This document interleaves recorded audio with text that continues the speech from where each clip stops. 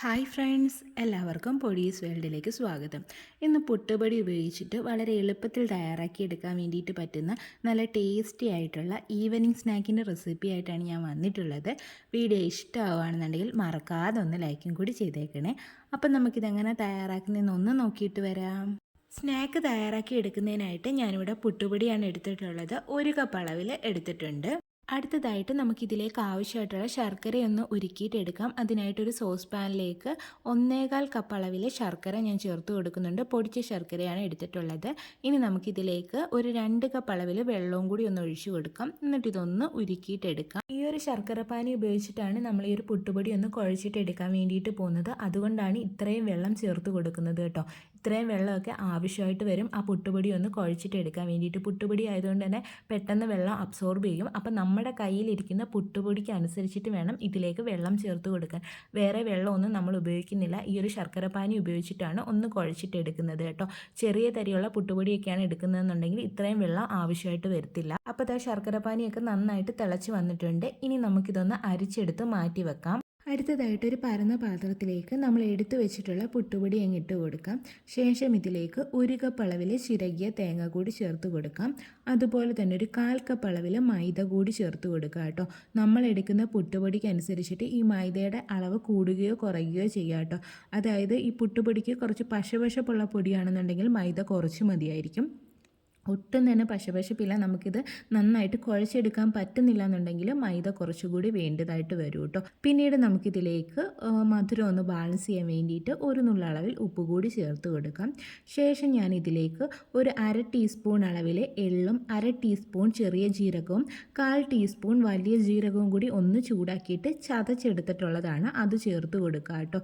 എള്ളിന് പകരം കരിഞ്ജീരകം കയ്യിലുണ്ടെങ്കിൽ അത് വേണമെങ്കിലും ചേർത്ത് കൊടുക്കാവുന്നതാണ്. അതുകൂടി ചേർത്തിട്ട് നമ്മുടെ കൈ വെച്ചിട്ട് നന്നായിട്ട് മിക്സ് ചെയ്തിട്ട് എടുക്കുക കേട്ടോ. അപ്പോൾ അതെല്ലാതും ഞാനൊന്ന് മിക്സ് ചെയ്ത് എടുത്തിട്ടുണ്ട്. ഇനി നമ്മൾ റെഡിയാക്കി വെച്ചിട്ടുണ്ടായിരുന്ന ആ ഒരു ശർക്കര പാനി ഇതിലേക്ക് ഒഴിച്ചു കൊടുക്കുക കേട്ടോ. എന്നിട്ടൊരു സ്പൂൺ വെച്ചിട്ട് നന്നായിട്ട് മിക്സ് ചെയ്തിട്ട് എടുക്കുക കേട്ടോ. കുറച്ച് ഒഴിച്ചിട്ട് വേണം ഒന്ന് മിക്സ് ചെയ്തിട്ട് എടുക്കാൻ വേണ്ടിയിട്ട് കേട്ടോ. ആദ്യം തന്നെ ഫുള്ളും എടുത്ത് ഒഴിക്കരുത്. അത്രയും ചിലപ്പം വേണ്ടി വരത്തില്ല. പുട്ടുപൊടിയുടെ അനുസരിച്ചിട്ട് ആ ഒരു വെള്ളത്തിൻ്റെ അളവിൽ ചെറിയ വ്യത്യാസങ്ങളൊക്കെ വരും കേട്ടോ. ആദ്യം കുറച്ച് ഒഴിച്ചിട്ട് മിക്സ് ചെയ്തിട്ട് നോക്കുക. പിന്നീട് വേണമെങ്കിൽ ഒഴിച്ചു കൊടുക്കുക കേട്ടോ. പുട്ടുപൊടിയുടെ എല്ലാ ഭാഗത്തും നനവെത്തത്തക്ക രീതിയിൽ വേണം ഒഴിച്ചു കൊടുക്കാൻ വേണ്ടിയിട്ട് കേട്ടോ. അപ്പോൾ ആദ്യം ഞാൻ നന്നായിട്ടൊന്ന് മിക്സ് ചെയ്തെടുത്തിട്ടുണ്ട്. ഇനി നമുക്കിത് കൈ വെച്ചിട്ട് നന്നായിട്ടൊന്ന് കുഴച്ചിട്ടെടുക്കാം. ഇങ്ങനെ കുഴച്ചെടുക്കാൻ പറ്റുന്നില്ല എന്നുണ്ടെങ്കിൽ അതിനർത്ഥം ഒന്നുകിൽ ഈ ഒരു പൊടിക്കകത്തുള്ള വെള്ളത്തിൻ്റെ അളവ് കുറവായിരിക്കും, അല്ലാന്നുണ്ടെങ്കിൽ മൈദയുടെ അളവ് കുറവായിരിക്കും കേട്ടോ. അതൊന്ന് ശ്രദ്ധിച്ചേക്കണേ.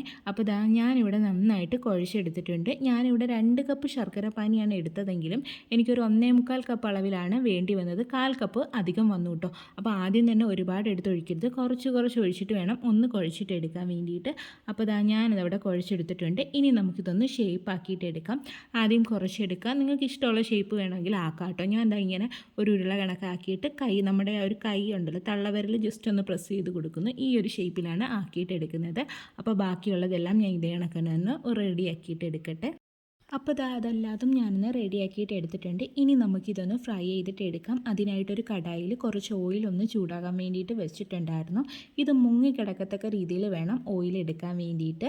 അപ്പോൾ ഓയിൽ നന്നായിട്ട് ചൂടായിട്ട് വന്നിട്ടുണ്ട്. ഇനി നമുക്കിതിലേക്ക് ഓരോന്നായിട്ട് ഇട്ട് കൊടുക്കാം കേട്ടോ. ഇട്ട് കൊടുക്കുമ്പോഴത്തേക്കും ഇതിൻ്റെ ചൂടൊരു ലോ ടു മീഡിയം ഫ്ലെയിമിലേക്ക് മാറ്റുക കേട്ടോ. ഇട്ട് കൊടുത്തതിന് ശേഷം അപ്പം തന്നെ ഇളക്കാൻ നിൽക്കരുത്. ഇത്തിരി സമയത്തിന് ശേഷം ഒന്ന് ഇളക്കി കൊടുക്കുക കേട്ടോ. അങ്ങനെ തിരിച്ചും മറിച്ചും ഇട്ടിട്ട് നമുക്കിതങ്ങ് ഫ്രൈ ആക്കിയിട്ട് എടുക്കാം. നല്ല ക്രിസ്പി ആവുന്നിടം വരെ ഫ്രൈ ചെയ്തിട്ട് എടുക്കണം കേട്ടോ. അപ്പോൾ നമ്മുടെ സ്നാക്കൊക്കെ ഇവിടെ റെഡി ആയിട്ട് വന്നിട്ടുണ്ട്. നല്ലതുപോലെ ക്രിസ്പി ആയിട്ടുണ്ട്. അതുപോലെ തന്നെ കളറും ഒക്കെ മാറി വന്നിട്ടുണ്ട്. ഇത് ഇരിക്കുമ്പോൾ ഇതിൻ്റെ കളർ ഇത്തിരി കൂടി ചേഞ്ച് ആവും കേട്ടോ. അപ്പോൾ അത് നമുക്ക് കോരി മാറ്റാം. എന്നിട്ട് ബാക്കിയുള്ളതും ഇതുപോലെ തന്നെ ഫ്രൈ ചെയ്തിട്ട് എടുക്കാം. അപ്പോൾ നമ്മുടെ സ്നാക്ക് ഇവിടെ റെഡി ആയിട്ടുണ്ട്. വളരെ എളുപ്പത്തിൽ തയ്യാറാക്കി എടുക്കാൻ പറ്റുന്ന ഒന്നാണ്. അപ്പോൾ എല്ലാവരും ഒന്ന് ട്രൈ ചെയ്ത് നോക്കണേ. അതുമാത്രമല്ല നല്ല ടേസ്റ്റുമാണ്. ഒരുപാട് ഇൻഗ്രീഡിയൻസ് ഒന്നും വേണ്ട. പെട്ടെന്ന് റെഡിയാക്കി എടുക്കാൻ പറ്റുന്ന പുട്ടുപൊടി വെച്ചിട്ടുള്ള സ്നാക്കാണ്.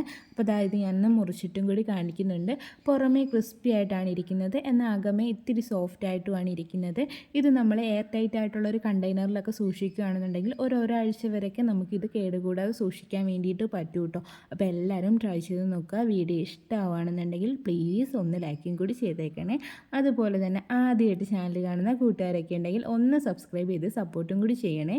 വീണ്ടും നല്ലൊരു വീഡിയോ ആയിട്ട് വരാം. Thanks for watching.